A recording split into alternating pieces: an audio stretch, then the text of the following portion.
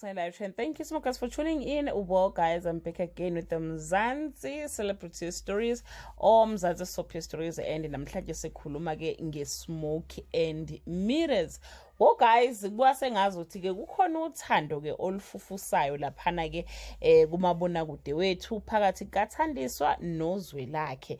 Ngizokhumbula guys ukuthi ke usiza washona bakithi washiya uThandiswa nemali yonke ayidingayo. uZwelakhe uziphumele ejele akanamali akanalutho. So ke into ayenzile ukuthi ke guys uye wasiza ke uThandiswa ngokuthi ke bakhipha undodana lapha ejele bamthathe bamuse eMozambique.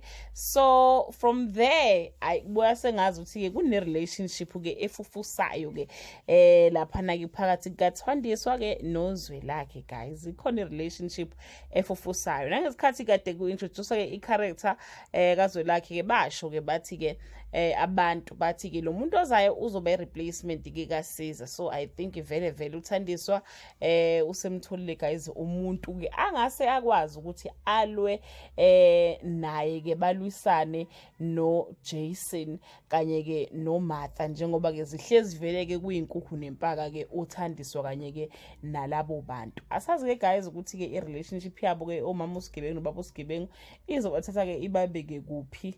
But ke anyway guys, engazi ukuthi impela cha kukhona ke ukuthembisayo ukuthi uthando lona lukhona ke liyavunguza. That brings us to the end of this video. To leave your comment below and share your opinion.